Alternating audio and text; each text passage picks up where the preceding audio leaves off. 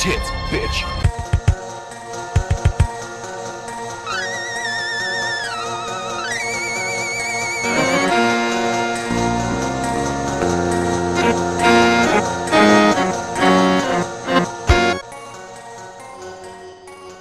Hello, fiends and fiendettes. Welcome to episode 84 of the best horror podcast on 7voltmedia.com and the world.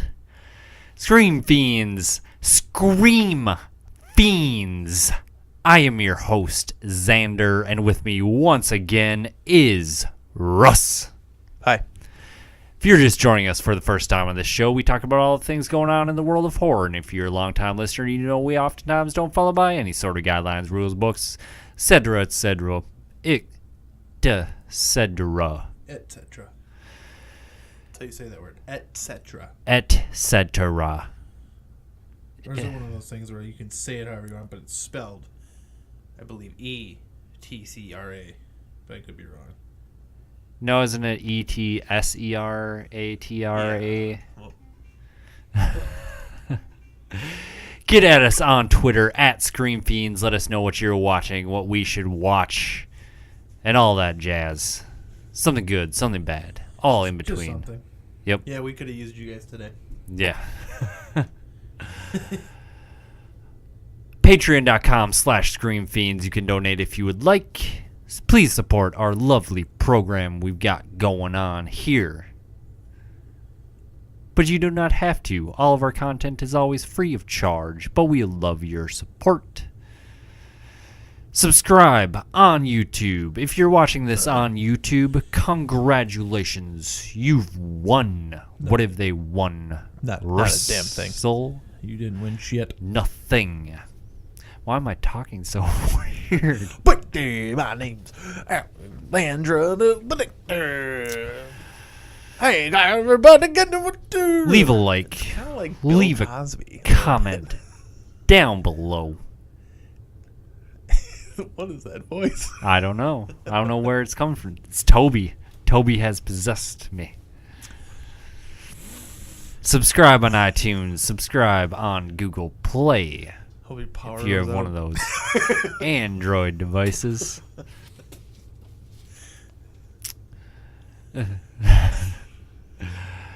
On this show, we talk about stuff, horror stuff, sometimes not. And then we have our movie of the week. So look forward to that. Watch till the end.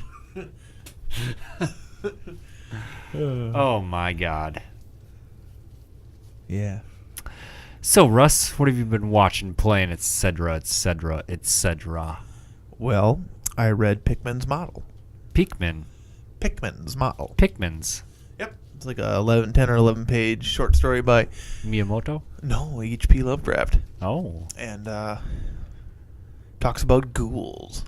Ghouls and goblins? Nope, that's a video game. I should Ghosts? play that. Well, there's ghosts and goblins. I believe there's also ghouls and goblins. Oh. No, there's just... ghosts and goblins? What is that game with Arthur? With the knight? Arthur and his underwear? Well, that's if you get your armor knocked Health off. knocked all the way down. But Ghouls and ghosts. ghouls and Ghosts and Ghosts ghouls? and goblins. Ghouls and goblins? Ghosts and goblins Ghosts and goblins. is a Nintendo game Okay. That's what by Capcom. That's what this story is about. Ghouls and Ghosts is also a game. No. Yep. It is the Sega version of that game.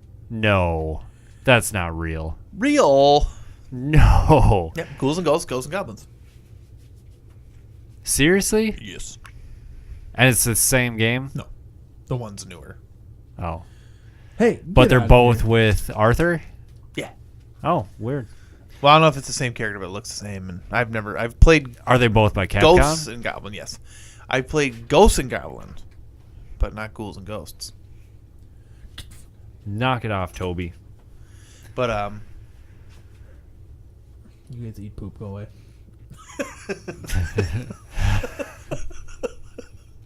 But Dun, Pixman's model, I was expecting it to be like some kind of like demonic or like elder thing contraption. Sure. Nope. It's about an artist Oh. and his model. Oh. It was cool. Then I'm not finished yet, but I was audiobooking The Shunned House, which is kind of interesting. He starts off talking about the narrator talking about how Edgar Allan Poe would come down this street over and over again and to go see somebody, but he never noticed this house, and there's no evidence that he ever talked about it or anything. It's kind of weird how they reference Poe in this story, but Is it another Lovecraft? mm-hmm. Yeah. Yep. And this house, though, the Shunned House, like people lived in it, and they get some weird disease and die. It kind of seems like vampiric almost, because like the people were, when they would die, were like oddly short of blood and things like this and that. So kind of remind me of the Corbett house that I investigated as Carl Winslow, the boat captain. Carl Winslow from Family Matters. I named him Carl Winslow. Oh, that's right. Yes, yeah. And but we investigated the Corbett house, and there was some strange going-ons there. I think that single session of Call of Cthulhu was one of the greatest role-playing sessions I ever had in my life. Can it be a 2-player game? What's that? Call of Sure. Cthulhu? Absolutely. Yeah, I could run a game with just you. Maybe we should do it as like a little side treat for Screen Fiends. Yeah, we could run you through the Corbett house, but it would be particularly difficult for you to do this by yourself. But it could happen. And actually, what's cool is it's all that adventure is in the book. Just a single player adventure? Well, no, I mean that adventure about the Corbett house is in. The Oh, book. okay, yeah. And it's set up really cool, and there's a couple other adventures in there, and there's a bunch of other stuff, and Call of Cthulhu is a lot of fun. It's not your typical, role playing experience where you're trying to go get loot and this and that. You might find some crazy magical shit, but you lose your mind as you use it. Like you have a sanity thing, and if you lose like 5 points or something, like you can develop derangements and cool. other odd like things. Yeah. I mean, even in the book, it has like lists how throughout history they would medicate people. Like at first it started with this, and then like it even gets to the point where Freud was giving people cocaine until they learned about cocaine's addictive properties. But then it also has a list of like major catastrophes in the world from like 1890 till 2007 or 5 or whenever. I can't remember when this, 1995 maybe. I'm trying to think because this is the 5th edition one. I don't know when it came out, but I was going through that, and in 1894 that was the Hinckley fire, which they mention in the book. Minnesota? Yep. So that was like something you could maybe play off of. I did some research on the Hinckley fire, and apparently I forget the name already, but the guy who killed the guy that killed Abraham Lincoln supposedly died in that fire. Wait, John Wilkes Booth? That's who killed Lincoln. Yeah. But the person who killed him died in the Hinckley fire. Maybe. They don't know exactly because that person kind of just faded into obscurity. He was kind of a weirdo. He's from London, actually. I actually didn't know that John Wilkes Booth was assassinated. I guess I don't know how he was killed. I didn't look into that part of it. Yeah. Because I was trying to do research, like, because the game, I'm going to be playing in another Call of Cthulhu game, but it's going to be set in the 1890s in London, I believe, or in Europe. And I'm trying to think, what kind of character do I want to make? Because you kind of make just a standard person that came across something weird, and it caused you to look into the Cthulhu mythos kind of stuff.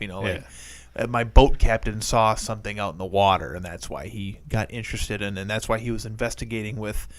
My wife was playing as a doctor, can't remember the name, and we were playing with another person who was a Jessica Winslow. Jessica Winslow.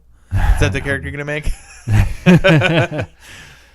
Maybe. But yeah, so it was that was really cool actually, and like going around trying to figure out, like we were trying to like link these people back to this house and figure out what happened in the house.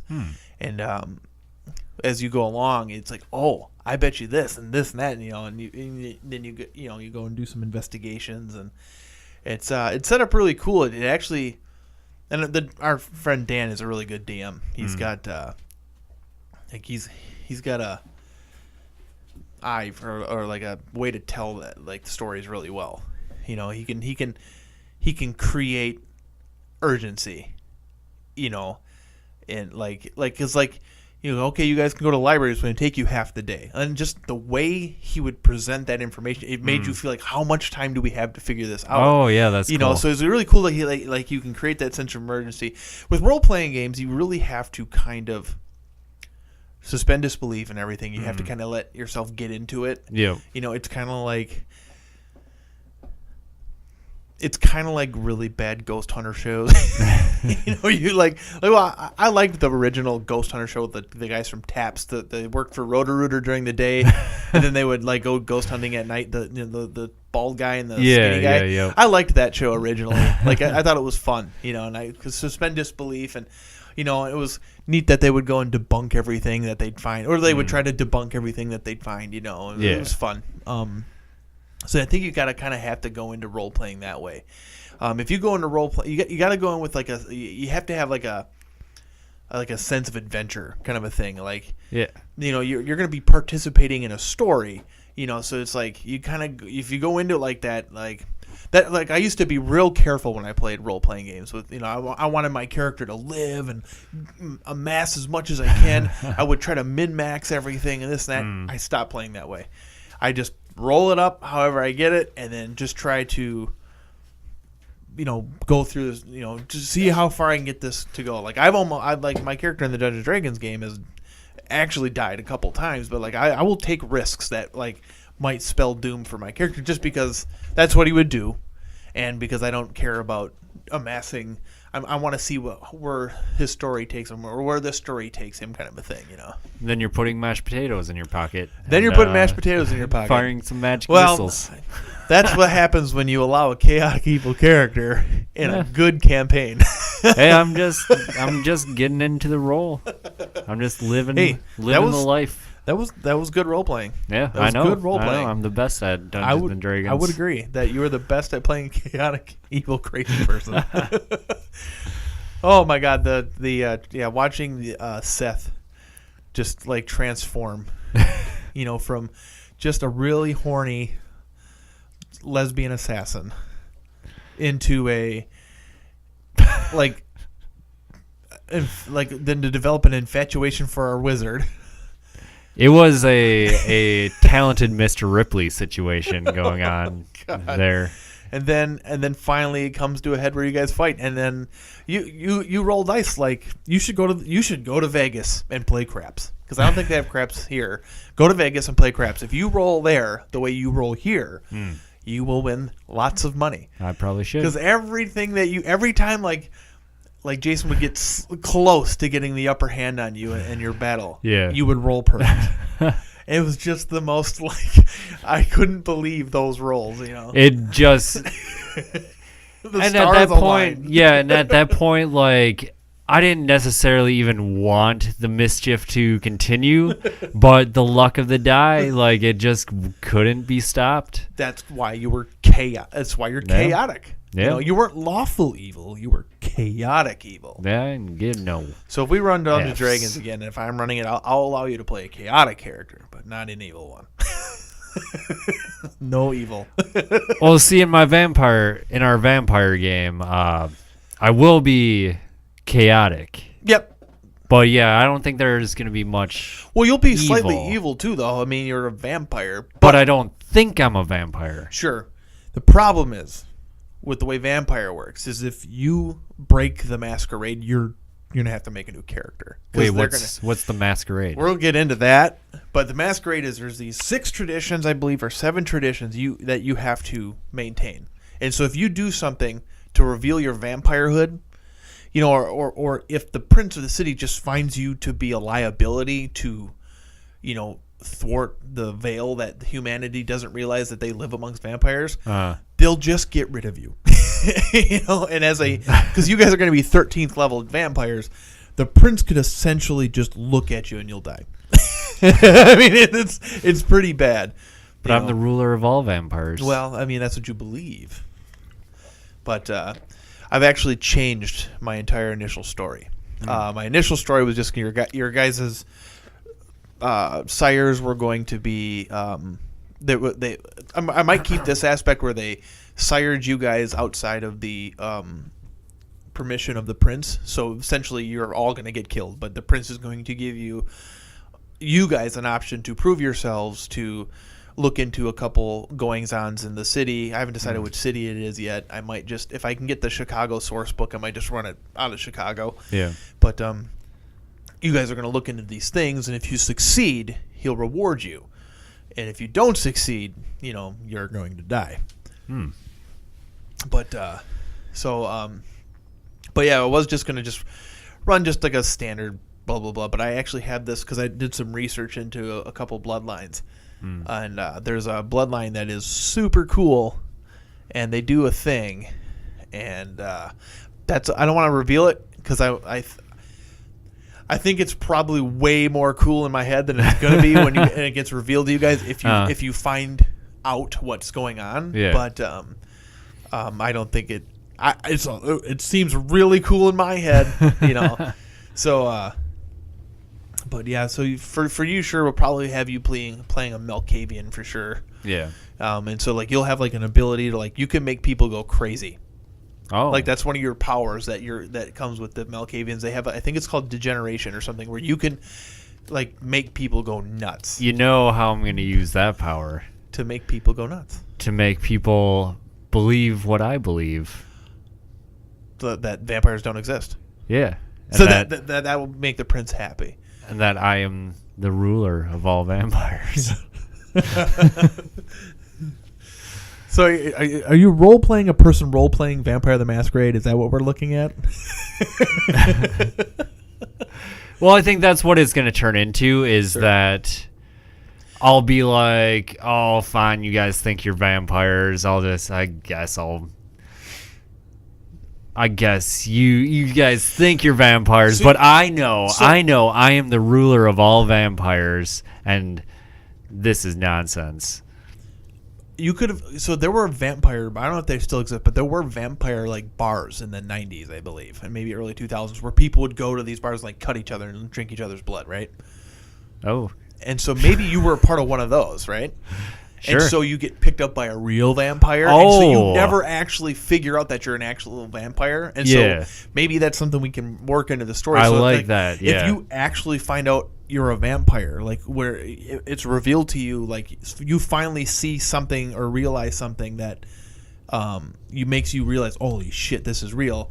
Maybe you'll have to develop another derangement, or you'll have to do a rot shred check or a frenzy check or something. Yeah. But I gotta remember to bring the book over and show you because you have to pick a bloodline, and there's only two you can't pick, and that's the Tsimisi and the La Sombra because they're exclusive to the Sabbat clans or the Sabbat group, which they are the evil ones. They want to rule humanity, but even they work within the shadows because I think they respect the fact that if humanity in whole were to figure out that vampires exist, that would spell the end for vampires across because you could just by sheer numbers. I think one thing I read, for every 100,000 humans, there's one vampire or something, or maybe it was 10,000. I can't remember. There's not a lot of vampires. Oh, but that's neither here nor there. That's my idea, anyways. But so you guys will be doing lots of investigating. I'll give you that little hint. So you'll be able to try to thwart all the you'll be able to try to thwart Marcos and Aaron's attempts to try to figure out what's going on by playing vampiric Seth. Yep. It's gonna be great. Look for it on 7voltmedia.com. Yep. Leveled Up podcast. I'm hoping to start in March. Okay. Because next weekend's when I'm starting the Call of Cthulhu game. Yeah. And but I'm hoping to start in March. And so yeah, we'll get your character made up. Maybe we could do that for a little episode thing. We could do well, we should do that for Leveled Up. Yeah. We should make your character for Leveled Up. Yeah.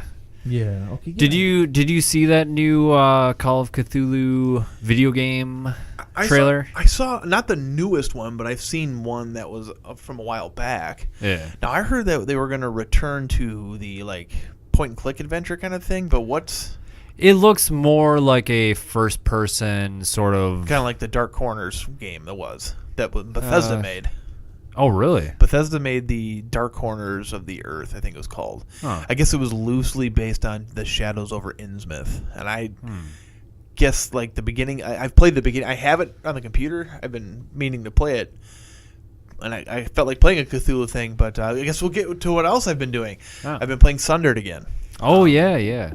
But I have Call of Cthulhu, and I got through, like... I was starting to go through the beginning. You go into a house that is currently being... like held by some armed crazy cult members, and you go in there, and I think things go kind of kooky bananas from there. But Yeah. I'd like to see more psychological crazy games like that. Yeah, stuff like Amnesia. Yeah, And there's been a couple here and there, but Amnesia was a good one. I Yeah. really liked Amnesia. I'd like to see a newer version of that. I mean, Soma came out, but I don't want a sci-fi one. I like sci-fi, but I'd like to see a more like a 20s era kind of setup, as opposed, because like that one seemed almost Victorian, the Amnesia. Like, Amnesia, the first Amnesia. yeah, the first yeah. one. That one seemed almost like that era, but Yep. because you're going through a castle, and Yeah.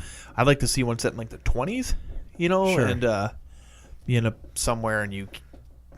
I mean, I'd like to get to the point where you end up in like some of the dream worlds and the other planes that are mentioned in the Cthulhu mythos stuff. See, I wouldn't discount Soma as like a sci-fi horror. I think it's more. I mean, it does definitely have sci-fi elements, but it is more like I don't know. It's almost like a Cronenberg Sure. esque. I'm not trying to discredit it and for its setting. I'm just saying what I personally would like to see. Kind of like what I want. I'd like to see a 20s. Sure. Like a Lovecraftian setup as opposed to a modern. Because that one almost seemed like along the lines of like a Indigo game, Indigo Prophecy or something, like that, like set in today's date, because you start the game by just going to like a job interview, but nobody's in this place, Well, it's like you go to see a psychiatrist, I think. Okay. Then you just find a room with a server in it, and that's about where I stopped. I mean, those games really nail atmosphere. Yeah, for sure. But so I read those stories. I've been playing Sundered. Yeah, what brought you back to Sundered? I needed something to do. I was watching The Neighbor's Dog, and so I couldn't get into Monster. I haven't been playing as much Monster Hunter, which is I'll be remedying this weekend. I finally got into high rank stuff. Don't. It's a lot of fun because things are hard now, and I caught a Rathian on my first try in hard. Stop with your poop tongue.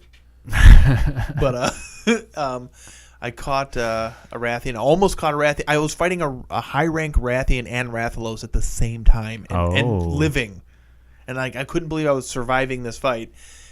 But I caught the Rathian, was chasing around this Rathalos, but then this new monster came in that I haven't fought yet at all, and he was a real pain in the ass. And then because I couldn't handle him and the Rathalos as well, and then or her, I guess I don't know what it is, because I guess the Diablos monsters are females, but I don't know what these ones are. I know that the Rathalos is the male and the Rathian is the female, in as far as those go, I believe.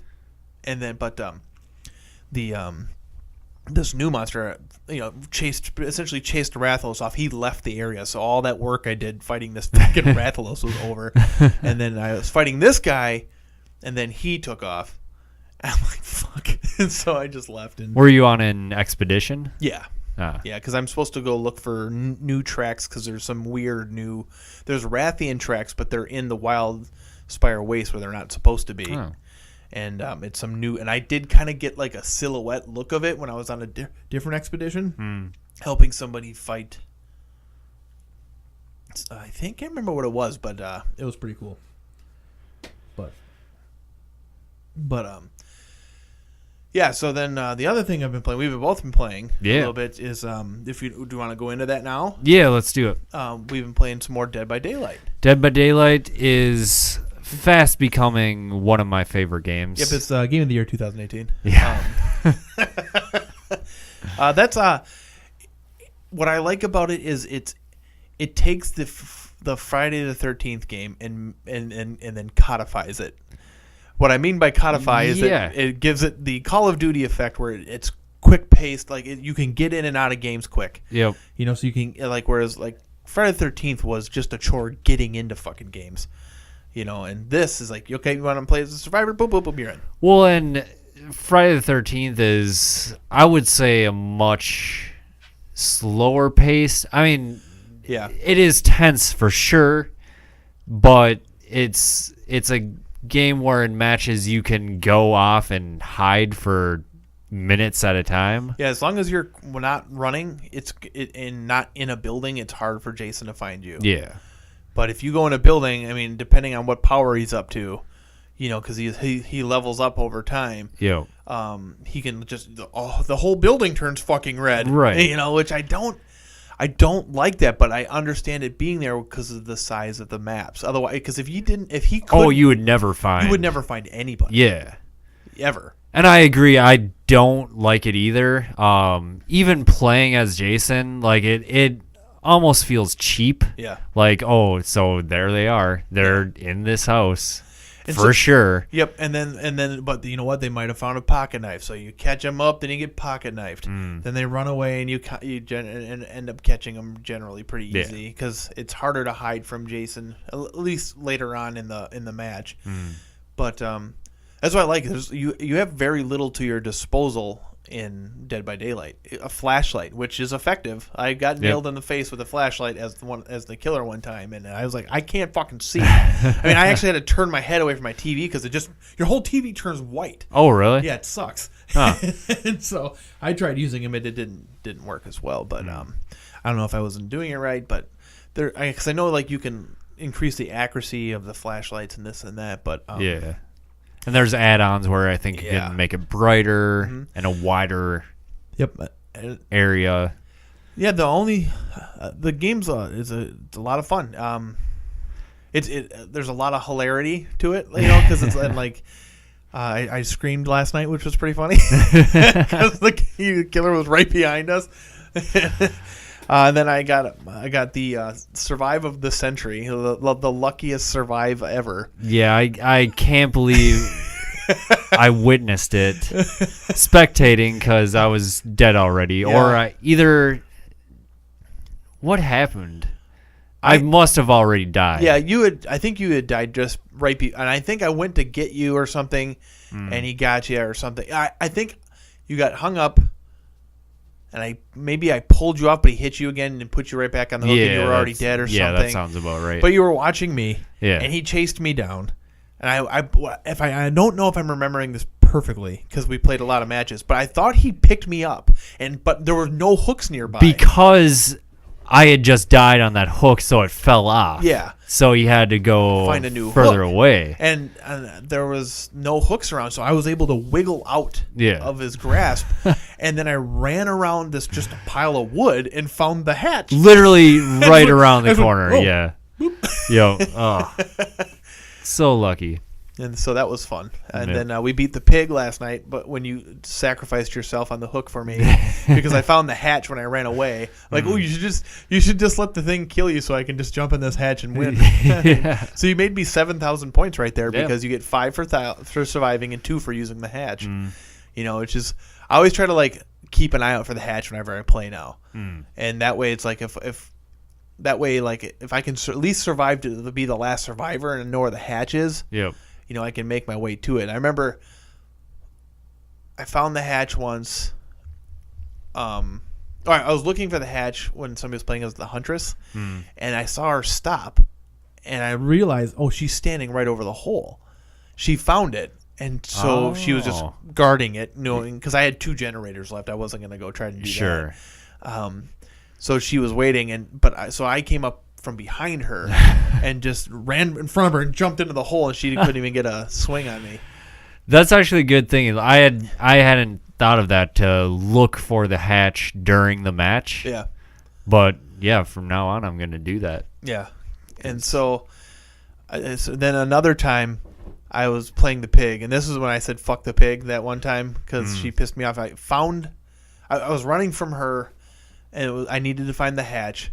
Well, I had gotten away from her, and but then she somehow found me again, and then hit me, and then turned around and showed me that I was right by the hatch. I almost made it to the hatch. And so she was taunting me, and then killed me, and I was like, fuck this stupid game. The pig is overpowered because it's like they can crouch around, and they're still fast when they're crouching. Yeah. And then they can do that lunging ambush attack. So you got this. See, the thing with that though is that, first of all, it makes a sound when she's going to do that. When they're going to do that, and if she misses, she gets stunned for 2 seconds. Yeah, but when you go to run away, they just follow your red marks. But I have learned to use the red marks as a form of deceit. Oh. So what I'll do is if I can come to a T intersection, I'll sprint to the left while they're stunned, and then quick go to the right, so they think I run off. And I've used this before and watched the killers go off, and then I just go the opposite direction. Oh. If it's not a good, some of the good killers know to sometimes I'll just sit where I'm at because they've hit me and I'm trying to heal, so they'll listen because you can hear the, people. Yeah. But it's it's a lot of it gets pretty intense. Oh yeah. It's pretty fun. We always talk about new killers and people. Yeah. I think I had the best one today. Jurassic Park Raptor and Dr. Grant. Yes. I could see it. I mean, and then you do a compound map. Yeah. Where there's electrical fences and stuff. Yep. And I thought because in the indoor maps, when you unlock a generator, it'll open a door on some of them. Well, maybe on that one that locks doors. Oh. So you can't the killer loses a, you make it kind of a linear map. So you have to run and try to get things done. But it's a longer, and so that you have to try to lock doors and make your way around. So But they can open doors. That could be a thing for the Velociraptor. Oh, they can learn. They have to open doors. do a skill check to open doors. Yeah. Yeah, we're thinking of the skills you can get as Dr. Grant. I thought of just was it John? I can't remember the guy's name. Hammond. John Hammond just going Grant, something that face. And I don't know what the skill power would do, but I also had the idea of having the one hunter guy saying shoot. Like the Hague. Or Clever Girl. Oh, Clever Girl could be a good one. That's a perk. That's got to be a perk. That's got to be a perk for her. The Clever Girl would be for the Raptor. Increases the skill check for opening doors. Yeah, that's not bad. Yeah. That's not bad. Or maybe she gets to have a pack with her. Oh. And so if you see you'll see the Raptor right here from the side, and you think that, okay, I'm going to sneak around her, but she's actually over here. Clever Girl. Yeah. And what I was saying, like the Hague, the Raptor could lay down traps. Yeah. But when you run into one of those compies, the frilled ones. Yeah, will shoot acid at you. That's not a bad idea. Yeah. Oh, you could have a. You know what you could do though? As a perk for Dr. Grant, could be stick stupid, and you throw a stick, and the Raptor has to make a skill check to not go chase it. Oh, God. But that gives me an idea for another monster something. We could have Cujo. Oh, a Cujo. dog. Yeah, have Cujo. Animals. Yeah. I don't know. Animals in Dead by Daylight. Why not? Yeah. Really? They drag them over to a hook, and then, kind of a thing. Sure. What else could you? I mean, I love thinking of like different monsters and things you could bring into it. I mean, you could do all the classics. I mean, it would be fun to do a mummy, and then you do like a desert setting, desert Egyptian, like an Egyptian night setting. You know, where you're walking around like an old clay village kind of a thing. You know, that'd be cool. You could do like any of the crypto monsters, like Bigfoot and. Not really Nelly. You could Nessie. You know what you could do with Nessie is you could just have it be like a set of islands, and you know she's big, so she could just like reach, like her head travels around. Yeah, and just so you see her neck, and she's like, unless you give her 350. 350. 350. 350. Damn Loch Ness monster. Was that South Park? Remember that shit?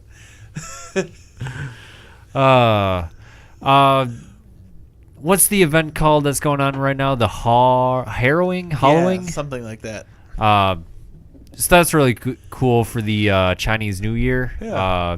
Lunar New Year. And we only have like 7 or 8 days left to get all those fucking coins, though. Yeah, I think it's down to 7 days. And I'm not going to get enough to get the killer thing. Oh, well, so I think it's, what is it, 40 for the killer and 80 for survivors? Yeah.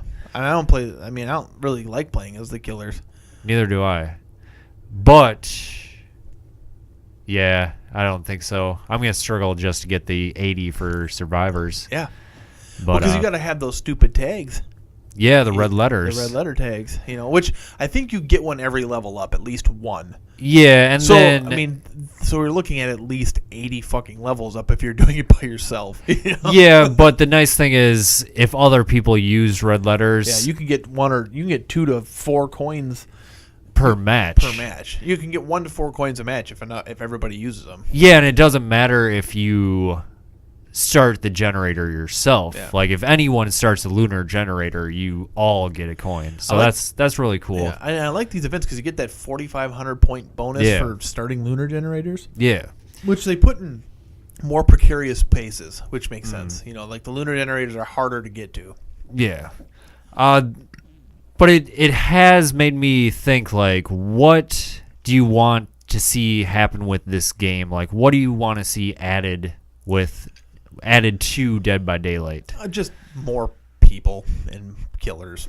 Really? That's it? Yeah, I mean, what else does it need? I don't know, variations on, like, types of matches. Okay, I see what you mean. I mean, you could do maybe, like a bigger match, like, with, like, more people. Yeah. Like, you know, and maybe more generators or something, like a bigger map. Well, and they could straight up rip off Friday the 13th and just add, like, fixing cars and phone lines and boats. stuff. Yeah. Which I don't really want to see, because I do like the core concept of your starting generators, getting through the escape doors or the hatch. So I like that core concept. I would like to see the entity become more Cthulhian. Oh, like more tentacles and mouths and eyeballs instead of like insect legs. I would like to see more lore, like more what is going on here, because you sort of get bits and pieces, especially with the new patch. Texts. Yeah, with the new patch, they added a little bit more backstory to each of the survivors. And the killers. Oh, I haven't. Yeah, there's story for the killers, too. Oh, nice. So if you go to the killers, you can read their little bits and pieces. Yeah. I would like to see, I don't know, I mean, because, like, I like the hook mechanic is a great mechanic for the game, but I kind of wish that the killers had something more personal. You know, like, maybe the trapper has, like, a bear trap. That he brings you to and he puts you in a thing. Like maybe that they could do something graphically that way where each monster has a more unique to him. Like instead of a hook for Michael Myers, for example, it's just a post and he knifes you into it. Oh, and then he looks at you like this. He tilts his head back and forth a couple seconds. You know. Yeah. The pig almost has that with the jigsaw boxes. Yep, I've never seen that thing go off yet. You've never seen a I've always reverse been bear able to- trap? I've always managed to get it off. Yeah. And does the head actually break open? And I mean, is there? I don't think it's that gory. The Sure. only time I've ever seen it is when I was dumb enough to try to run out the exit doors with it on. Oh, so that's how it goes off. Because so the countdown happens if somebody starts a generator and you buy it. Because I noticed. I think so. Yeah. I've had it on and the countdown's not going down. Huh. But then it would go down after after somebody hits a generator. I know it has something to do with the generators. But so if you try to run out without it, with it on, you will. Yeah, you definitely die. Maybe you could have different other traps. Like that would be. That's what I would like to see with the pig is maybe like instead of like sneaking, it's like she can set up more elaborate traps, or maybe she can trap generators. Oh, Actually, so you have to figure the trap out before you can start the generator up. Yeah. But I don't know. It's just tied to like a skill check, anyways. But I like to see more indoor maps, different variating. I don't like those indoor maps. Those are the most intense They're maps. hard, man. They are so difficult. hard. They are difficult. I want to see more cosmetics. Okay, so Definitely. more fashion souls for sure. Yes. I would like to see, if we talked about like you could put it on in the blood web, where like, oh hey, I can get this rare loot box. Yeah. I mean, it could just be a loot crate where you just, if I'll go spend 5,000 points on this, uncommon loot crate, and then it's pants for this character. Yeah, this is one game where I actually wouldn't mind loot boxes. Yeah. And maybe it's just because I'm actually into this game, whereas other games I've played with loot boxes, I've been like, as long as they don't make it so that you can buy blood gems and buy that stuff. As long as like that, it's in the game. You can get everything by just playing the game. right. I guess when it comes, I wouldn't really care actually. I mean, if you can buy this stuff, if somebody wants to spend the money to just buy all that shit. If it's just cosmetics, then yeah, why not? yeah, sure. If you want, but like if you can buy blood gems, like how would you do that? You mean blood points? Blood points. I mean, yeah, because then they have those other ones, the shards. Yeah, you definitely couldn't do blood points because that's it's the main currency. essentially how you level up. But like, should they make it so you can buy blood the shards, or whatever they're called, the broken shards or shattered, whatever they're called? It's the secondary monetary source in the game. That you can buy the perks with. I don't know. Yeah, that's a tough one because it is like eventually you would get those anyways. Yeah. But on the other hand, it would give you kind of an advantage if you could get those earlier. Well, like what it seems is like you could get it. What it would be is that you could get it faster than other people. Yeah. But even inherently in the game though is like, let's say you unlock something, you don't necessarily get it in your blood web. It just has there's a chance for it to show up. Right. And so, I don't know if I'd have a problem with them having shards being up. You can get 500 shards for $5. Yeah, and the thing is, like, those character specific perks, they show up pretty quickly. I mean, lower tiered ones. So it's not like for that character. I Yeah, haven't yeah. unlocked any yet. So I haven't unlocked any yet for the other characters because like you have to get to level 30. Then your first character perk becomes available to everybody. Yeah. Once you've hit level 30, and so but I don't know. But I know what you mean with like more costume stuff though. Yeah, because it's like how many times when we were playing, did we see like all Claudettes and they all look the same? Sure. It's like, so, I mean, yeah. It's cool that these characters have backgrounds in this and this and that, but what if they just had a create a character model where you just make your own character and you pick your own, maybe you create your own character, but you pick one of those survivors. So like the Claudette, for example, is, the botanist. So you pick the botanist class, but you can make them look however you want. Yeah. And then so you could play that person however you want them to look. Because like there's no real personality to these characters, but there is some lore to them. So I don't know if that's good either, but Yeah. I mean, besides obviously Laurie Strode. Yeah. And I still don't know if that one from the Nightmare. David King, the David King one, or the No, the Detective Nightmare on Tapp? Elm Street one. Oh yeah. Because I think Detective Tapp. I want to say he's in the movies. Sure. Maybe. I'm can't not. remember. I don't remember either. But Yeah, I don't know. I mean, I wouldn't mind seeing a leveling up thing where you actually like can unlock like different clothes for your character. yeah, that's all I really want. Like just more like that kind of stuff. I want stuff to unlock. Yeah. Like that's what this whole Lunar New Year event has, because it gives you the whole like you have this many coins out of 80. So it gives you something to chase. Yes, exactly, gives and you a that's little what bit I of want to a- see. Like, sure, you have the trophies that you can get. Or just the blood, just unlocking things in the blood web. Yeah. Anyways. Yeah, but I like to see that progress, Yeah. like where I'm at, how close am I to getting that next cool thing. Sure. The only other thing I'd like to see changed is the items. I don't like that you lose them when you die. I could see there being like a cooldown period, but Yeah. I think like lower tiered items, like the brown ones, like they should be. If you unlock it, you should, you can, just okay, you bring the medikit with you, and if you die that match, you can't use the medikit for the next 2 or 3 matches or something. Sure. So you have, because, I mean, once you hit level 3. Prestige rank 3 level 50 and you're not getting anything anymore, what do you do then?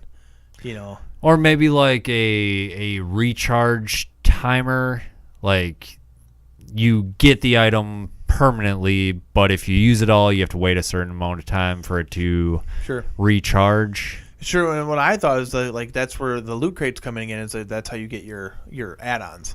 Oh yeah. So you because they have them in the game already. You have a surprise package and you don't know what you're going to get. It's like, well, you just can level up infinitely in the game. Yeah. Where once you hit like prestige rank 3 level 50, well, your blood well still comes up, but you can unlock things, but you don't actually level up. It just once you clear Yeah. the blood web, it goes away, then it comes up again. Yeah. I guess I don't know what happens when you hit level 3 prestige rank 50, and maybe Yeah, that's what happens. I would think, if that's- unless it's just you keep on prestiging, but you don't actually get anything for Sure. So yeah, okay. prestiging anymore. I mean, that would be fine. I'd be yeah. fine with that. Sure. I mean, they don't have to change anything as far as how you if because I guess what I'm worried about is like end game, which I guess I don't know why I'm worried. I'm never gonna get that far, but it's like when I've hit rank 50 and I've prestige 3 times.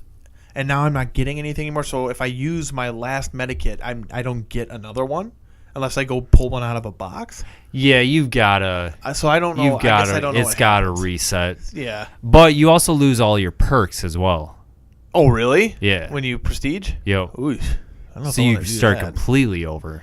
But what do you get though as a prestige thing? Like what's the You get a bloody piece of clothing, or like your face becomes bloody. Sure. I think it's like head, chest, and legs. Sure. Yeah, they should add more costumes for the characters. Yeah. Just in general. I mean, it's just something to chase. Yeah.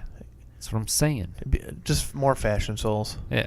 Like, I mean, get stupid like bracelets and like these earrings, knee pads. Maybe you could wear hats and Just everything. Yeah. Yeah. Why not? yeah. Make your characters unique. Individualize them. I like that. Yeah. But I don't know what else you really need to change. You could just get rid of the pig. Just take the pig out of the game. See, I'm starting. I don't know why. Like, I'm starting to not fear the pig as much as I used to. Sure. But I at this point, I think I'm probably even with how many times I've lost and won against the pig. But that one yesterday just drove me nuts. it does suck. Like when you're, because it is that sneak attack. They can sneak right next to you. Yeah, and And you have then no just- idea yeah. they're there. But I mean, that also happens with the wraith. Yep. Being invisible, but you do have the bell that gives you time to Run. Yeah. For the hills. Yeah. Although you're pretty much screwed anyways, but Yeah. I played as the Wraith. So every time I've played as the Wraith and the Nurse. I think I've played Killers. Oh no, I played as the Trapper once too. Yeah. Because I had a daily to get me some points, and I didn't do it right. You had to actually kill the person. You couldn't use the hook. So I think you need a perk for that. It says with your bare hands kill a person. And I'm like, okay, I don't know how to do this, but with the Nurse, the first time I played, killed everybody. The second time I tried her, didn't kill anyone. Then with the Wraith, same thing, killed everybody. Then the second time, didn't get anyone. So I'm not good at it. Plus, it's not fun. Like, it's not as fun for me to be the killer. Like, I like trying to sneak around and outsmart them, as opposed to like, I'm just gonna chase people around. Yeah. You know, if there was some way to like, see, I think it could be kind of fun to be the pig. Is like stalk them for a little bit. You know, and get just some real serial killer going on, and try to like actually like scare them. You know, I wish like you could like unlock a mic so like you could hear them talking if their mics are active. You know, like if you get close enough. You know, I mean that would be kind of cool if they had like a range that you can hear the people talking. Well, that's how it works in Friday the 13th, unless you have a radio. Yeah, then you can talk across the map. See, I think Friday the 13th is a better game, but I think Dead by Daylight is better executed. Yeah. But like that whole like talking aspect of that is really cool. I just wish there was some way you could do Jason or Friday the 13th, make it a first person thing like that, you know, and take away his like all of his teleportation bullshit, you know, and that kind of stuff. But it's just too big, just way too big trying to do that. Yeah, I suppose. Well, they've introduced smaller map sizes now. Sure. But yeah, I don't know. Yeah. They're different, but the same, but different. Yeah. One's better. One's got chat face, and one's got just better gameplay. Shout out to someone we met playing last night. Let's call them Zombie. Yeah. Because I don't remember the rest of the name. It's 357. Zombie 357 something. Yep, he helped us. It's a lot of fun when you have a group. Yeah. Because then you can like, can you go get this person, blah blah blah, and you can like kind of like, you like work together as like teamwork the whole thing, which is like, it seems a little bit easier when you can teamwork, but if it's a good killer, he'll still catch you. You know? Like we had that one chainsaw guy, man. He like I thought I got him. I thought I had it, and then he right 3 feet away from the exit. Crazy like strafing maneuvers and some of them are good. Oh, so good. But yeah. Got any news? Some, I don't know.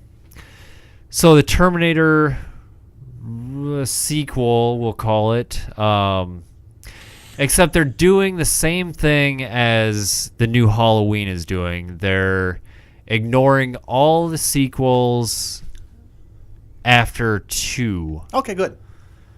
So it takes place after 2. After 2, okay. Is Edward Furlong going to be in it? No. Well, as far as I know, no. But Linda Hamilton and Arnold Schwarzenegger are going to be reprising their roles. Arnold Schwarzenegger is a little old. And he kind of died in Terminator 2. Well, I know. It's like, what are they going to like? They brought me back but made me look more your age or like aged. You know? It's realism. But like I could see like if you set it in the future, like where Linda Hamilton's older, and I mean Edward Furlong could just play John Connor as an older John Connor. He's old enough now where he could play old John Connor. Sure. They're gonna have like a passing of the baton.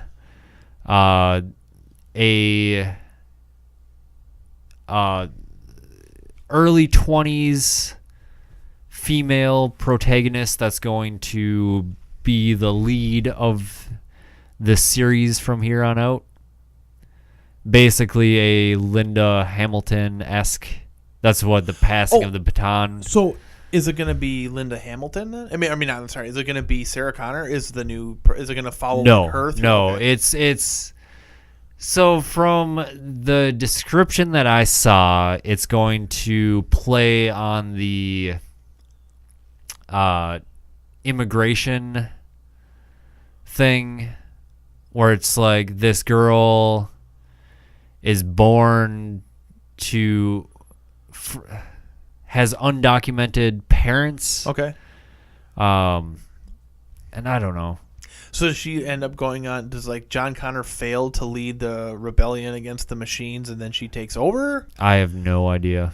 I think it's going to be like in T2 where she kind of has no idea what's going on and then gets swept up into this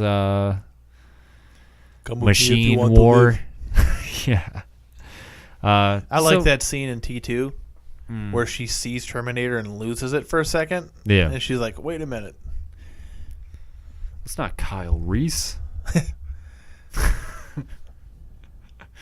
want to watch Terminator now. Can we watch Terminator for an episode? Yeah, I think the would first count. Terminator. Yeah, can we do that? that's more of like a It's like a Halloween-esque shape, yeah. kind of. Let's do that. All right, I'm down. The Terminator and Dead by Daylight. And John. And with John Connor. Seriously, so easy. No, That was an easy one. Yeah. Easy one. We'll just give that one to you. Yeah. All we ask of Dead by Daylight makers is if you hear our ideas and somehow spend the money to procure the rights to have these characters and spend all that money making it and doing this, just give it to us for free. Yeah, just give us codes. Just give us codes for free. We come up with the ideas for you. Yeah. Are we It's sure only you've fair. never thought of that? No, absolutely not. But I think, I don't know. I feel like anytime you try to introduce these new lead characters into already established franchises, it just doesn't work. Like, who's the Khaleesi chick? Oh, yeah. I don't remember her real name. But I know what you're talking about. Was she playing Sarah Connor in the new Genesis? I didn't see it Neither did I. on purpose. Exactly my point. It's like when you try. Wait, what's her name? Sarah Connor? Yeah. Yeah. Sarah Connor is Linda Hamilton, or Linda Hamilton is Sarah Connor. Like, you can't introduce someone that's the quasi proto Sarah Connor and expect people to buy it. Like, it's just not. It doesn't work. I feel. Sure. I mean, if the story's all right, I wouldn't mind. I mean, I understand you can't actually make Linda Hamilton younger to play a younger version of herself. We have the technology. But but like I think I just don't think the stories for the Terminators have been good since the first one. I mean, even the second one's a little I like it, but T2 is amazing. But yeah, now that it's back in the hands of James Cameron. Oh, that doesn't make it better. That doesn't. He's too busy with the avatars to really mess up the Terminator. Remember when Alien went back to Ridley Scott? Don't care. I mean, it doesn't make it better. That's kind of true. Hey, Prometheus was pretty You know who good. they should give Terminator to is Cameron's ex-wife. What's her name? Oh, she made The Hurt Locker. The Hurt Locker, and yes. beat Avatar. I was like, yes. That is an awesome movie, Hurt Locker. yeah, I liked it a lot. That was my first experience of that Jeremy Renner, Yeah. and my second experience with Papa Doc. Papa Doc. I don't remember what his name was. Papa Doc in 8 Mile. I don't know. Did you see 8 Mile? Yeah. He was the lead bad guy rapper, like the guy at the end of the movie that Eminem raps against. I guess I didn't. He plays close of Jeremy attention to Reiner's it. like buddy. Like Sure. he becomes friends with Reiner when their original bomb squad guy dies, and Reiner steps in. Yeah. And Tim Miller, the director of Deadpool, is going to be directing this new Terminator. So that'll be cool. I like Deadpool. Maybe. Yeah, Deadpool was fun. Yeah, I don't know. We'll see how it all turns out. Yeah. Because it definitely peaked with T2. Yeah. And I don't know how they can really Oh, remember the Guns N' Roses video where like Terminator's coming through the crowd? Yes. Oh man, yes. That's awesome. Remember the action figures? They had action figures for Terminator for kids. Yeah, I think Kenner made them. I had the one that you could like make the skin for. Oh, you had the whole skin pop. That's sweet. And then you could rip it off. I had the battle damage Terminator for some reason. And now it's the T-800. It's the Arnold Schwarzenegger model. But he had a little thing in his arm where you could move it like this and a claw would come out. It's just like, now why does he get that? Because he's not the one that did that. Yeah, it was the T-1000 liquid one. that did that. Yeah. And I had the T-1000 that would explode. Do you remember that one? You'd hit the little button on his belt and his body would explode? Oh. Yep, I had that one. What was the one in Terminator 3? What model Terminator was that? Was that T-2000? I have no idea, but it was like half mechanical, half liquid metal, and it could like make complex, like it could turn itself into a flamethrower. Yeah. Really dumb. That was stupid. And that Nick Stahl guy. Nick Stahl. Oh. I don't know why I just thought of this, but Natasha Henstridge. She wasn't T3, was she? Yeah. No. Yeah. No, she wasn't. Yeah. She wasn't T3. Yes, she was. No, she wasn't. Yeah. She didn't have the purple garb going on. If I'm right. I guarantee Natasha Henstridge was not Terminator 3. No way. No way. Oh, you're right. I know I'm right. And it was TX. It was Christiana Loken. What was she? Blood Rain? I believe, yes, she was. She was in Terminator 3, Blood Rain, Name of the King, Bounty Killer, Plane Killer, Jane, Mortal Kombat from 1998 to 99. Sonya Blade? I don't know. Oh my god, what is this stupid shit? There was a live act. She played Taja. Taja. I don't know who that is.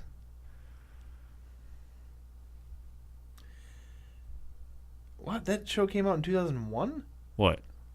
The Mortal Kombat TV series? Like a live action TV series? I thought...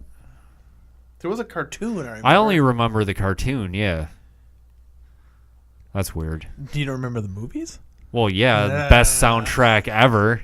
Dun, dun, dun, dun, dun, dun, dun, dun, dun, That dun, 3D dun, animation dun, of dun, the reptile. Oh!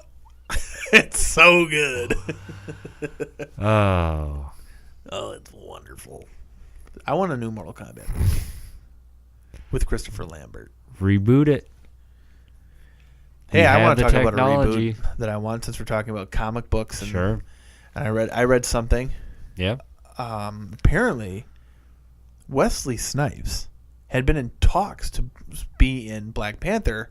Now, I've heard that this might have been a long time ago, but it would have been after Blade and after he punched the director in the face. So he's maybe still on good terms then with whoever that is. I can't remember now.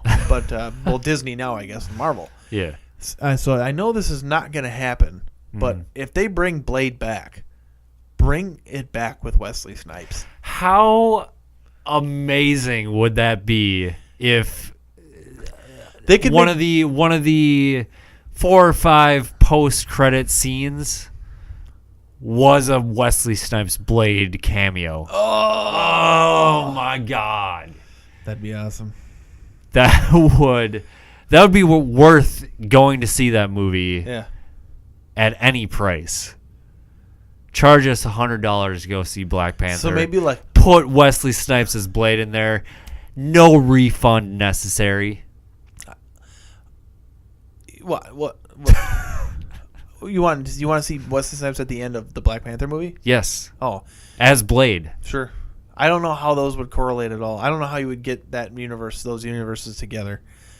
But I was thinking I was just thinking of the Avengers for some reason, and I was thinking like, oh, maybe a vampire goes to attack Captain America, but then Blade shows up and kills the vampire. Oh. And then he goes like this. Or he looks at Captain America and says, some motherfuckers are just trying to ice skate uphill. Yes! How have we not done Blade? I've asked. I almost I was gonna. I have the trilogy. Okay, let's shut this episode down and start over. Let's go watch that. It's too late. It's too late Well, this week. Well, fuck it. Next week You is lose Blade. this week. We're not doing Terminator next week. We're doing Blade. All right. Blade it is. Fine. Blade. Fine. Blade. Good. Sounds good. Good. Whistler. Welcome to Wakanda. But I've heard I don't really care about comic books movies anymore. So Black Panther has come out at an unfortunate time for me because I don't want to go to comic book movies. When it comes out of the theaters, I'll see it. Yeah. But I saw Logan. I thought it was all right. But I liked Blade when that came out. But Everyone loves Blade. the only comic book movie besides Blade that I really really liked was Doctor Strange? Strange. Haven't seen it. I really liked Doctor Strange. I think it's because I feel like Doctor Strange is kind of like Ant-Man, where it's like, why are they making movies of these B-list comic book heroes? See, I just don't know a lot about comic book heroes anyways. I mean, I have Neither do I. That's why I have Doctor cursory Strange. knowledge. I know some things, but I never knew anything about Doctor Strange. Yeah. And maybe that's just me. Like, maybe Doctor Strange is like a major comic book Yeah, superhero, maybe. but I don't know. I don't know. yeah, I don't know, but I didn't care about the Avengers movies that much. I mean, they're fun to watch. They're for an action movie or whatever. Yeah. But I liked Blade, the Batman movies. But except for the third and fourth one. But even they were fun to watch. But I liked Spider-Man 2, and I liked. Yeah, so I like Blade, Spider-Man 2, and Doctor Strange. That's about it. But and I liked Michael Keaton Batman, 1989 Batman. I like a lot. Batman Returns. Michelle Pfeiffer. Well, yeah, but the Christian Bale Batmans are all right. I think they're okay. Yeah. I don't. Peaked at Dark Knight. Yeah, the Batman Begins is awful. Just admit it. sure. Everyone admit it. Batman Begins is terrible. A boring waste of time of a movie. Sure. But I would like to see them because I know did you ever read Year One, Batman Year One? I know they did an anime or an Yeah, I animated have version. the animated movie. Yeah, I'd like to see him. If I remember correctly in the comic, it almost follows Jim Gordon more than Batman, really. Oh, that's cool. I mean, I think that'd be kind of a cool idea where it's because I think they want to do something like this with Spawn, where it follows a detective kind of on Spawn's trail as Spawn is protecting his alleyway, kind of a thing, which would be kind of a cool kind of thing for Batman too. That's kind of like Gotham. Gotham is more about Jim Gordon. Sure, but I just want anything with my man in it, Gary Oldman. Gary Oldman. Oh, we should watch Dracula. Stop it. Untold. No. Oh, that's not that bad. Dracula 2000. I'm such a sucker though. What's that? Dracula 2000. Oh, Gerard Butler. Who's Taye else? Diggs. Is it Taye Diggs in that one? Yeah. I think.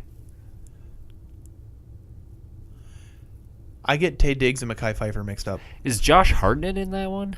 and I get Josh Hartnett and who's that other guy mixed up? I can't remember his name, but I get them screwed up. Oh no, I know which one. Taye Diggs is in Equilibrium. Another great Christian Bale movie. That is actually a good one. Yes. But I don't know. I'm done with comic book movies. So the only other things I got is they're rebooting Roswell. I don't know if when you were a young lad, if you watched the teen soap opera Roswell. No. Is Twilight with aliens, Gross. basically. Stupid. But it has Katherine Heigl. Is that her name? Oh, they're letting her do stuff again? No. She was in the original series. Oh. Yeah, Taye Diggs is in Equilibrium. And Dracula 2000? I don't know. Oh, it's got Angus McFadden in it, too. So, yeah, they're rebooting Roswell. It's going to probably suck, but you never know with these kinds of things. Omar Epps. Omar Epps, that's right. Oh, Johnny Lee Miller's in it too. Don't know who that is. Plays Sherlock in the new Sherlock series. Don't watch it. I try to avoid most things British. Elementary, that's the one he's on. Elementary with Lucy Liu. Oh, I like Lucy Liu. He's in Train Spotting. Oh, Hackers. I like Train Spotting. Dexter. Oh, I like Dexter. The Flying Scotsman. Wait, what does he look like?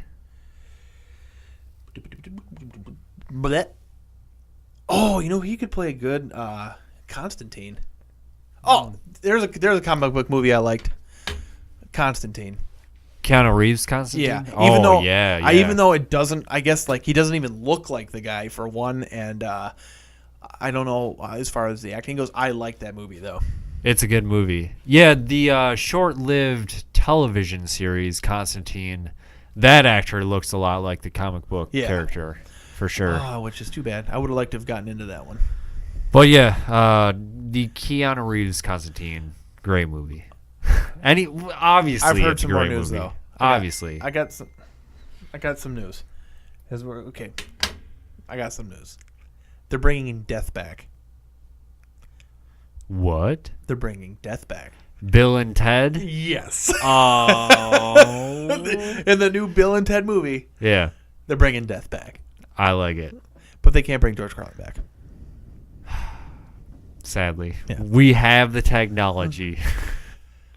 You know that guy died like a month before I was going to see him live? No way, really? Yep. I felt bad. I was like, Aw. damn. I would like to have seen it because I saw some of his stand-up when he was like that old, like much older, and he could still do his like run on like fucking crazy Yeah. shit where he wouldn't stop talking for like 5 minutes without like a breath. Oh man. In some ways, it's probably best he didn't live to see the times we live in today. No, that's when we needed him most. That's the double-edged sword. Like, if there's ever someone we needed more right now, it's George Carlin. But at the same time, it's like he would have eviscerated everybody. Yes. I don't know. But anyways, yeah. Bill and Ted. There's apparently a shaped water sex toy.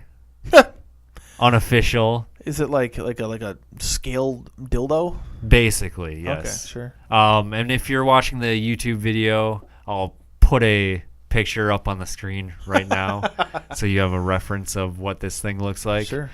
But I guess Guillermo del Toro and Doug Jones, who played the creature, both said that's not what it would look like. Okay, good. So they have denounced this. I wish they would have denounced it by making their own.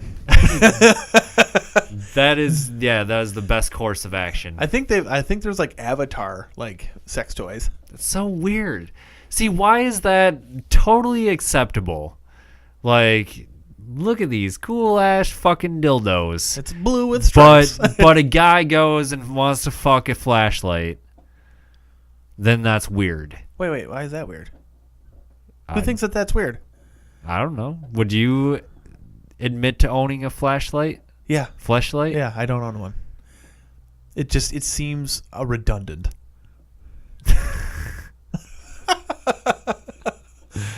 Yeah, I don't know. I mean, but it's like, why do the women get all the cool gadgets?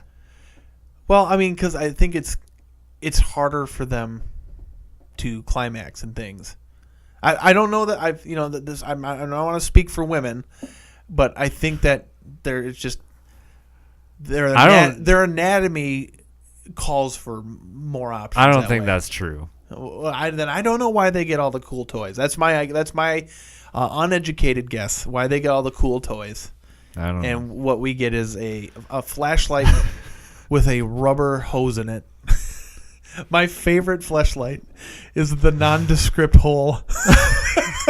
It's just a hole and a rubber tube. It's just like it is the best thing. But they have I like the mustached lips. The lips with a mustache. That one's pretty funny. All right.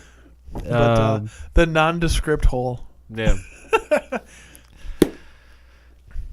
The only other thing I had is Jordan Peele is going to be filming his next movie later this year. He says it's going to be tonally similar to Get Out. Sure.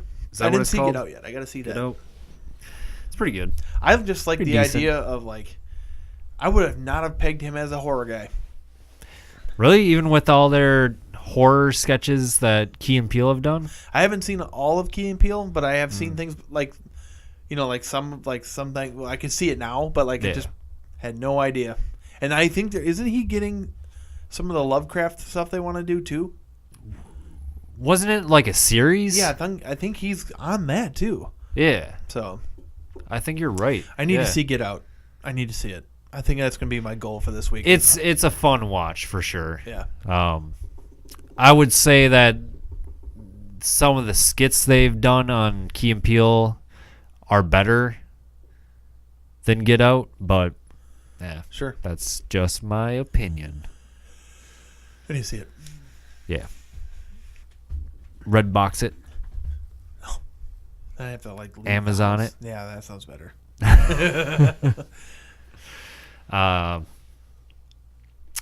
All right. Yeah. Yeah, let's quick get through this. All right. I want to play some Dead by Daylight. So this week we didn't have anything in mind to watch. So we did the old. We picked Amazon. Did the old Amazon. we found Russian a couple roulette. things we really wanted to see, Yeah. but then we still were indecisive. That's the problem. Yeah. I think I'm gonna. There's too much. There's too much to watch. Yes. And so we just. Yeah. I hit the direction button on the controller We closed and our closed eyes. our eyes and said, "Okay, stop." and landed on something I've been avoiding on purpose forever. This episode's movie of the week is 2015's Paranormal Activity, The Ghost Dimension. Dude, What? I think it's the ice maker in the freezer. Dude, don't. Does Toby like ice? This one's starring Chris J. Murray Sure. as Ryan, Britt Shaw as Emily, Dan Gill as Mike, Olivia Taylor Dudley as Skylar, and Ivy George as Leela, the little one. It's written by Jason Pagan, Andrew Deutschman, Adam Robitel, and Gavin Hefferman, and directed by Gregory Plotkin. I'm gonna sum up this movie in 5 minutes. Not even. I can do this movie in 60 seconds. You All ready? right, hold on. Let me preface this. Because this is your first Paranormal Activity movie. My first one, yes. Yes. Because I've been avoiding them on purpose. And one thing I have to give them credit for is they've built this Universe. universe that actually Is cohesive? is cohesive for the most part. Like, you've got this interdimensional travel, which is a little bit, it's cheating in a way, because it's like, yeah, it's just like Cloverfield, where it's like, You know what this is yeah, seem- you know so what- you can make anything make sense. This reminded me of Annabelle Origins. Really? Yeah. Like the way it all tied to the other movies, like from what I understand. It's just like, oh, okay. This is their Annabelle Origins. Annabelle. This is how I this don't all even came about. remember Annabelle Origins. How did that? That's with the girl in the house. Oh, that's And right. the end of the movie is the beginning of the Annabelle first movie. Yes. Because she's the girl that kills herself on the doll or whatever happens. That's right. No, but the way they do it in the Paranormal Activity realm is like, okay, so just the beginning of this movie, The Ghost Dimension, it's the end of the fourth movie, I think. Sure. So it's just the way they kind of tie into each other. Sure. I think So they deserve credit for that at least. So let me also like clarify why I've avoided these movies. Yeah. One, because I just never got around to the first one, and then two, because there was 4 of them suddenly, and I'm just like, oh, this must be garbage because they keep cranking them out. Yeah. And so I just assumed unfairly that it was just garbage.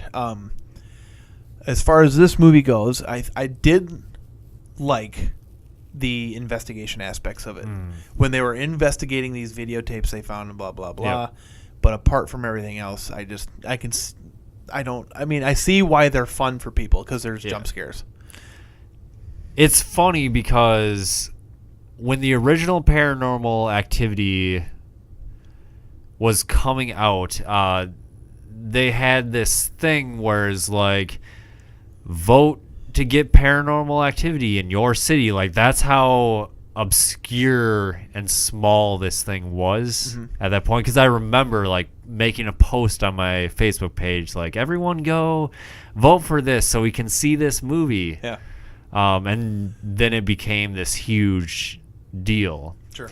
And now we have the 6th one. This is number 6. And it seems they are done. Maybe. It's been 3 years. Thought he was gonna Ralph. It sounded like it.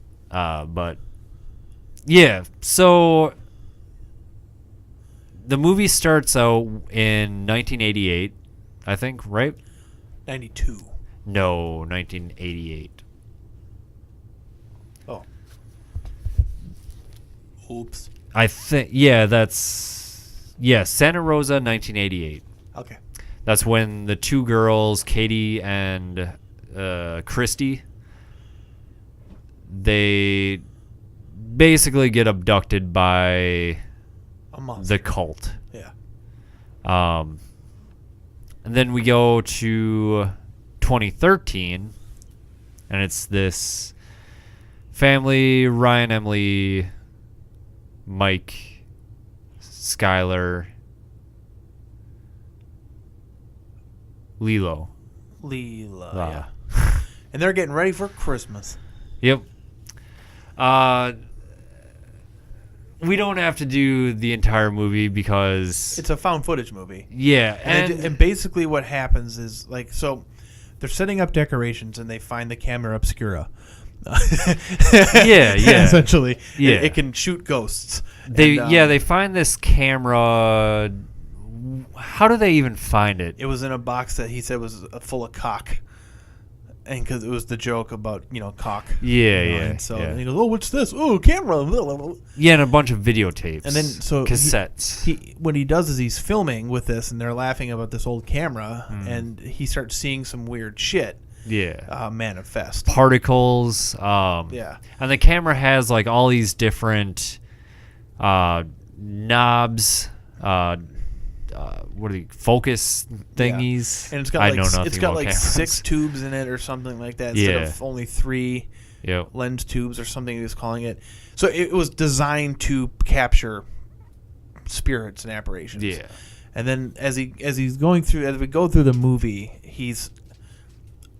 they're finding correlations between his family and this family from the 90s, and they don't understand how they could know each other this 20 years apart. Yeah. Blah blah blah.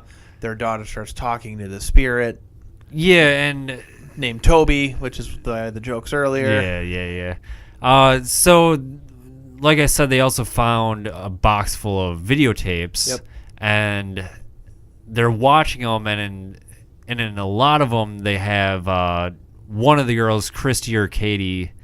They're like having her channel, like trying to see something, and it ends up being like she can see into the future or their present time. Yeah.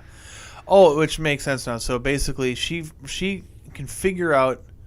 She can see into the future, which is where we're at in the movie. Yeah. And so I think I'm guessing that's how the cult. We actually learned that the cult was in this house 3 days before these people bought it, so it was all staged to try to wake up Toby. Yeah. And that was all really intricate and neat how they did that. I mean, they cheated with time travel, but that doesn't bother me that much. Yeah.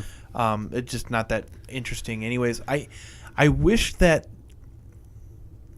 So I know you haven't watched Marble Hornets yet, but I would have liked a more of like a realistic approach to it, as opposed to like this whole movie, but where it's somebody investigating this, and what you get in between films is a black screen with white lettering explaining what they're looking into. Oh. And so you get this like actual investigation, and treat it like the Blair Witch, all that hocus pocus up to the Blair Witch, and treat it more like that, more of an investigation into that. Yeah, like an AR online sort of game. Yeah, well, it doesn't even need to be like a game or anything. It just like for the movie is treated almost like a documentary. Sure. As opposed to a movie. Because, I mean, it's just like they're recording themselves having conversations while they're recording. What I don't like is like they're recording themselves watching movies. It's like they wouldn't do that. Why would you waste battery and tape to record yourself watching movies? Yeah. They're like, oh, here's that scene I saw where she sneezes and the girl on the screen says, bless you. Yo. Well, why are you filming yourself watching that? You know, so that's why I didn't like this movie. Well, and I think like they that part, like that aspect of the movie. I think they make a comment about that in this movie where they're like, "Where do they film everything?" Yeah, and so that's what this family ends up doing. So maybe that's their justification. Yeah. I mean, I get like setting up the cameras around the house and filming just all that shit. Yeah, I guess what I'm saying is it seems like it's self-aware, where it's like, how does this make sense? Why are they filming themselves? Yeah. Because they call it out. They're like, yeah. So I mean, at that point, just shoot it like a normal movie with, like, so you treat it like a normal movie, but then you have scenes, kind of like in Resident Evil 7, where you have scenes where you put the VHS tape in, and then you go through the VHS tape. So you have a normal movie with found footage style clips in it or something. Maybe that would be terrible. I don't think you can. I don't think you can do this movie right for me. Like for me, because I don't think the way I would like to have it done, where it's set more like a documentary, and you watch this slowly escalate into some really terrifying shit. Yeah. But you're more of a. You could like put things in the videos, like small things where you could become kind of an active participant. Like you don't actually like feel anything or do, but you could actually like try to figure things out by just going through the videotapes. Yeah, and that's kind of what these movies, what it's kind of all about is that I don't think it would work being filmed as a normal movie, because part of the whole trick, quote unquote, is that there's all these little small subtle things that show up on the screen that just they're framed because it only works because the camera is like and controlled by a person. And you obviously they had the budget for this one, right? And so like I don't I don't know. Let's discuss that aspect of it. Here's my point. I thought Rorschach by Cool Ass Smith was 100 times more effective. And I agree. And I kept on thinking of Cool Ass Smith epic Rorschach watching this, because I was like, okay, that's what I want to get into, is that this movie is very heavily laden with CGI. Yeah. And it just doesn't look very good. It becomes almost surreal. Like it's just so bad. Like surreal's not the right word, but like it's like when you get the ghost pictures and stuff, like it's cool at first because all it is like particle effects and like the lighting. I didn't like that. Like when he's filming the camera and he walks into like the dust field. Essentially. See, I'm not talking about like when he walks into it, but like when you can just kind of see this like haziness. Yeah. Oh yeah, sure. But then like the lights will have cool like streaks and whatnot. Yeah. Flares. That's the way that all looks, I thought looked really cool. I agree with that.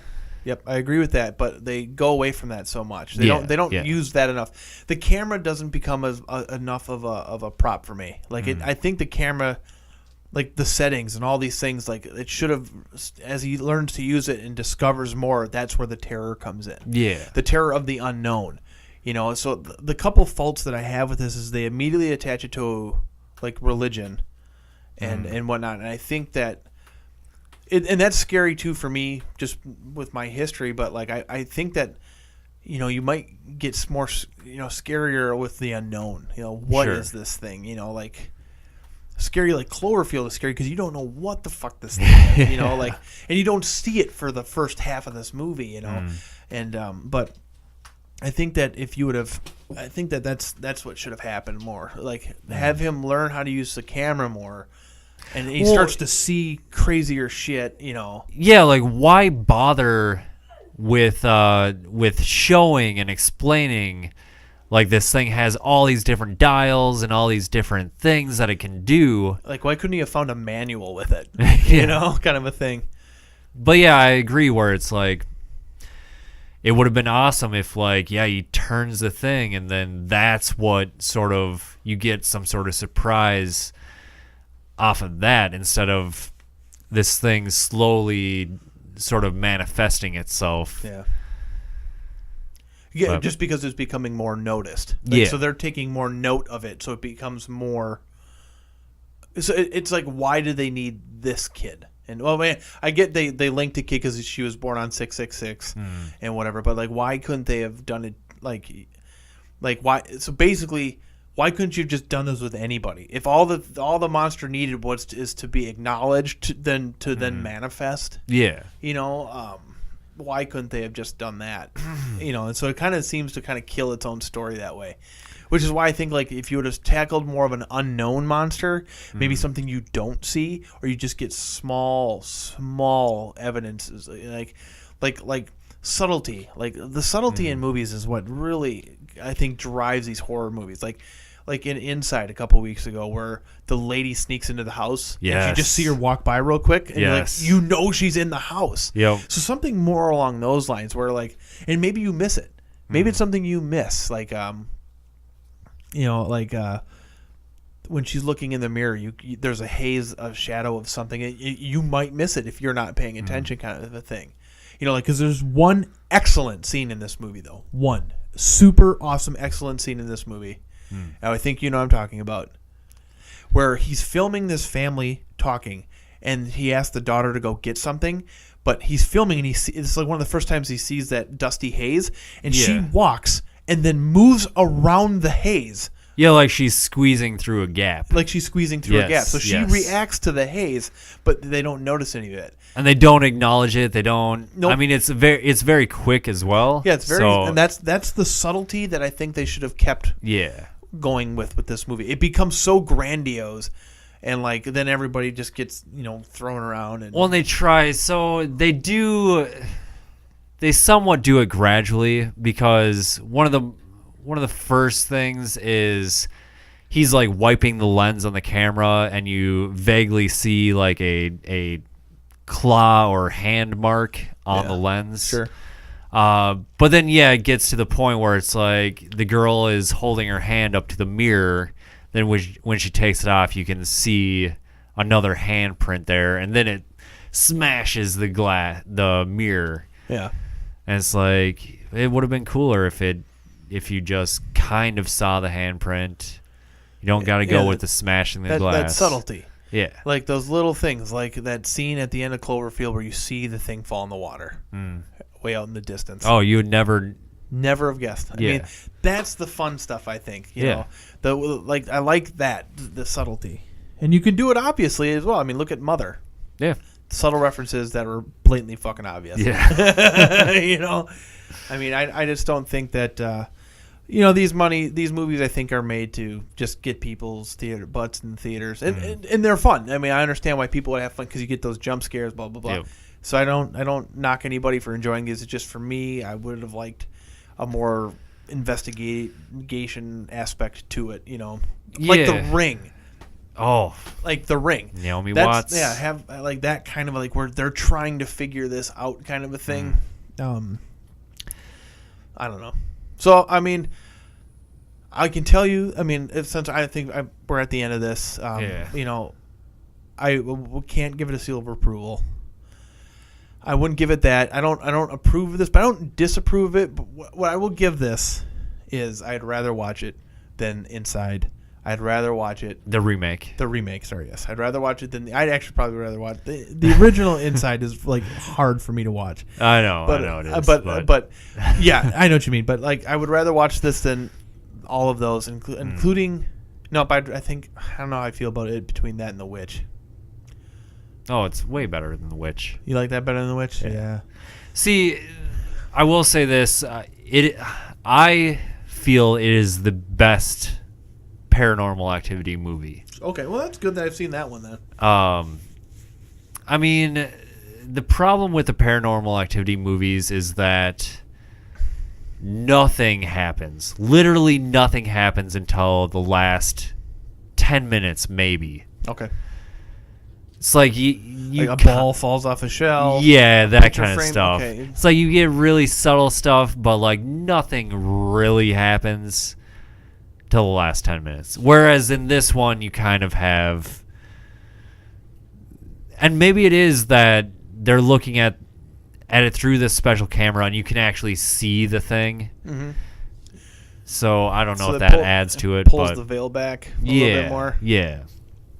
But it just felt like there was more stuff happening in this movie, and there is that sort of investigation aspect, even though it's not really well done. Yeah, I mean, because they don't do anything with the information. They No. call a priest, and he can't do anything. Yeah, yeah. You know, so. But yeah, besides the marked ones, which is different, it's. I would say the marked ones in this one are the better of the series. Sure. Just because more stuff happens, I Sure. guess. So it's just maybe better pacing for you or something. Yeah.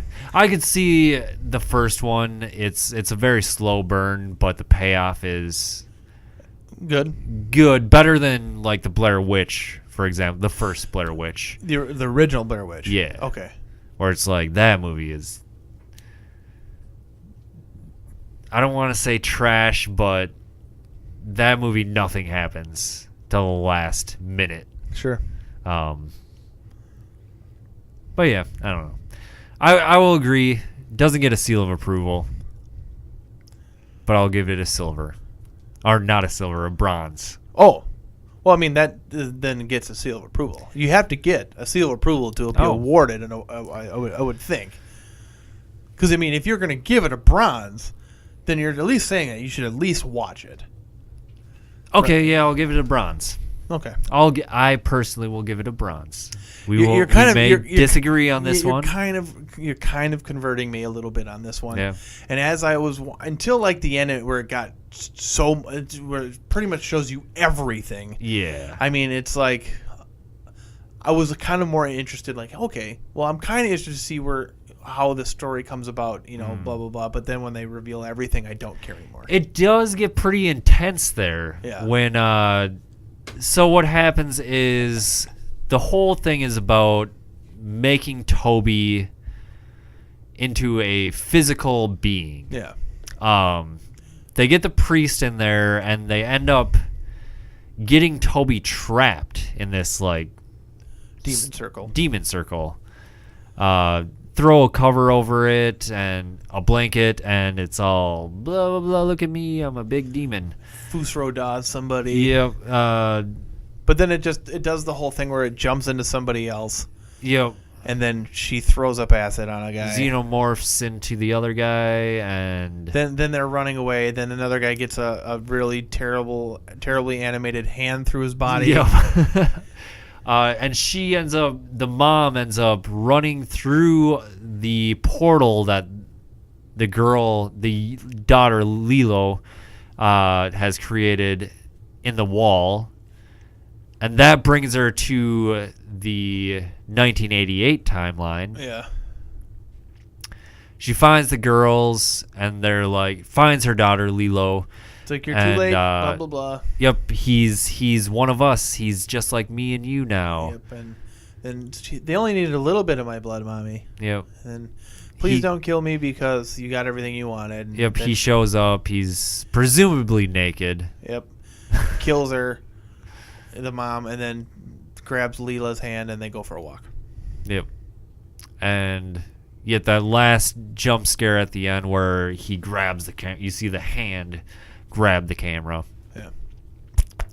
So it doesn't definitively end the franchise, but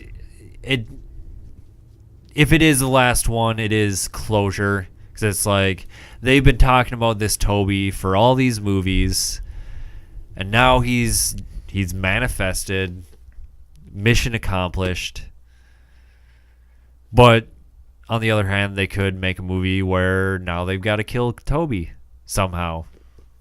Oh, he's a real person now. Yeah. He's a real boy. Get Dean and Sam. Sammy. Sam. Dean. Sammy. Bobby. Cass. Get the Winchester family on it. That's all you need. My name's Cass. What's up, Kato? Damn. What do you think of Paranormal This is some Activity? good pie. The Ghost Dimension. I see. They should do Sam and Dean in Dead by Daylight. Oh. I have the best ideas. Hey, every horror thing ever. Put Dead by Daylight. Yeah. I'm there. I'm taking care of it. We don't have to talk about it anymore. So yeah, that is Paranormal Activity, Ghost Dimension can't talk. In a nutshell. We didn't do our usual thing because, first of all, it was a completely random pick, and We want to play Dead by Daylight. that type of movie is very hard to go through because there are so many like subtle. Well, it's all the same things. thing over and over again. It's Yeah. just they're just filming things and then things move. Yeah. And then at the end, the thing comes and kills them. Yes. Yep. Every No, what's going on with you? Get at us on Twitter at ScreamFiends. Let us know what you thought of Paranormal Activity, the Ghost Dimension. What do you think of the Paranormal Activity series in general? Is it over? Yeah, convince me that I'm wrong about this. Yeah. Convince me to watch the other ones. Yeah. You know, maybe I'm wrong. I mean, I'm not. Yeah. I'm not smart. Yeah. I don't. Yeah. I'm dumb. Get at us on YouTube. Follow, subscribe, like, comment, all that good stuff. 7voltmedia.com. You can catch Leveled Up and other things that we have done, our people have done in the past. RIP 0XP podcast. Yeah. Well, it's not dead. Whatever. We're gonna do some. Yeah. All that stuff. iTunes, podcasts, Google Play. Subscribe. And from us at Screen Fiends, so long and farewell.